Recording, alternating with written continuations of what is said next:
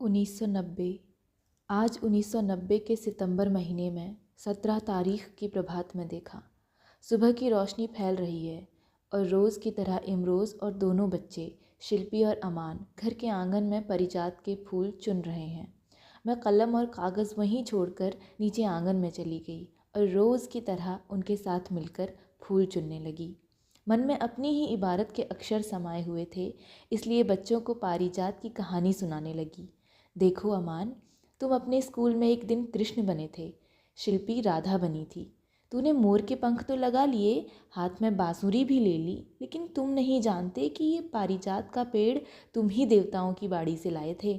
अमान पूछ रहा है, मैं लाया था? कैसे लाया था? मैं उसे बताती रही। जब तुम कृष्ण थे और रुक्मणी को ला रहे थे तो एक पहाड़ी पर बहुत प्यारी सुगंध आई। रुक्मणी ने पूछा, ऐसी सुगंध तो धरती के किसी पेड़ से नहीं आती, फिर ये किन फूलों की सुगंधी है? अमान फूलों की मुट्ठी भरकर उनकी सुगंधी लेने लगा। मेरी कहानी आगे बढ़ी। उस वक्त कृष्ण ने बताया कि ये पारिजात का पेड़ है, जो धरती पर नहीं है, ये सिर्फ देवताओं की बाड़ी में होता है। और उसी वक्त शिल्पी ने कहा, मुझे वो पेड़ चाहिए। बीच में शिल्पी बोल उठी, अम्मा जी, मैंने नहीं कहा था। मैंने बताया, कहा था जब तुम रुक्मणी थी। शिल्पी अपने स्कूल में राधा बन चुकी थी, इसलिए कहने लगी, अम्मा जी, मैं राधा थी, रुक्मणी नहीं। मैं हंस दी। हाँ, राधा भी थी, रुक्मणी भी थी। और फिर कृष्ण पारिजात का एक पेड़ देवताओं की बाड़ी से ले आए और अपने घर के आंगन में लगा दिया। शिल्पी फूलों को हाथ में लिए उन्हें गौर से देखने लगी तो मैंने कहा, देखो, इस छोटे से फूल में पत्तियां सफ़ेद रंग की होती हैं और फूल की डंडी सुर्ख लाल रंग की। शिल्पी कहने लगी, ये फूल हमेशा 2 रंग का होता है? मैंने कहा, हाँ, ये सफ़ेद रंग सत्व का रंग है और लाल रंग रजस का। इमरोज़ हंसने लगे। ये लो, अभी ने सत्व और रजस के मायने भी बताओ।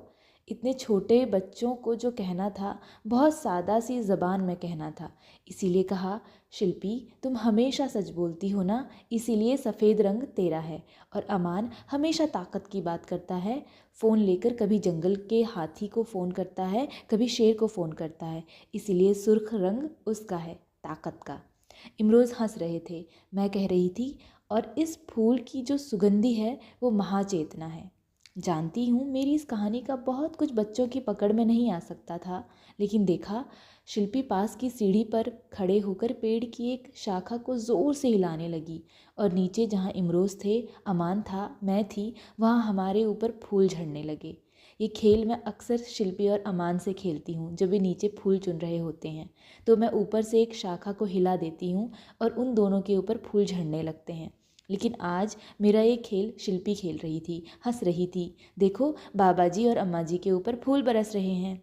और मुझे एहसास हुआ, ये पारिजात की गाथा तो अभी बच्चों की पकड़ में नहीं आई, पर कहीं उनके अंतर में इस पेड़ के बीज उतर गए हैं।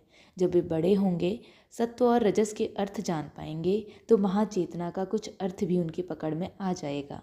और यही अपने अंतर में सोए हुए देवताओं को जगाना है।